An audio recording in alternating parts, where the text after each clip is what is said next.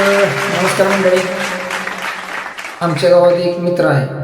जिमला जायला लागल्यापासून वाटते त्याच्या बॉडीकडे सगळेच बघते ती, पण खरं तर त्याच्या बॉडीला कोणच बघत नाही. त्यांनी जी हेअरस्टाईल केली ना त्याच्याकडेच बघून सगळे फसत येते. असं नसतं डोकं.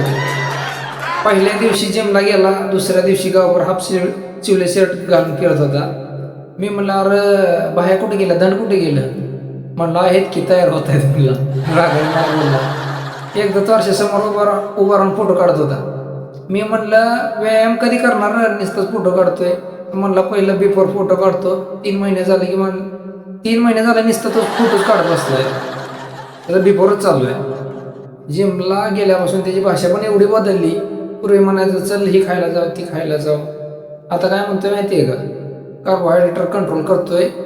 मी म्हणलं काल 14-15 गुलाबजामुन लग्नात खाल्लं त्याचं काय तर म्हणलं ते काल होतं. म्हणलं त्याचे 365 दिवस कालच चालू आहेत म्हणलं. आणि दुसरं म्हणजे त्यांनी प्रोटीन पावडर घेतली होती. प्रोटीन पावडर असा आहे मोठा डबा, आणि त्यात एवढीच पावडर. मी म्हणलं हे काय रे? तर म्हणला ब्रँड आहे. म्हटलं काय ब्रँडमध्ये हवा भरून दिली एवढा डबा आणि एवढं त्याच्यात पावडर, मग काय होईल? त्याने काय केलं माहिती आहे का? एकदा जिममधून बाहेर येत होता, चालत होता असा काका असाच. मी म्हणलं बघलं काय टरबूज देते काय? म्हणलं असं का चालतोय, सरळ चाल की. म्हणला लेट पसरलं ते. मी म्हणलं लेट नाही पसरलं, तुझं ते टी शर्ट आहे ना ती म्हणलं तुला बारका झाला. आणि जिमला जाणारा मित्र सेल्फी काढते ते की असं वाटतंय उद्या सिनेमाचा पोस्टरच लावणार आहे ते.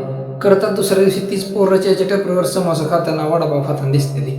काय जी माझा एक मित्र तर भारी 2 महिने जिमला गेला, अचानक बंद केलं. मी विचारलं काय झालं रे? म्हणला बॉडीला रेस्ट दिली.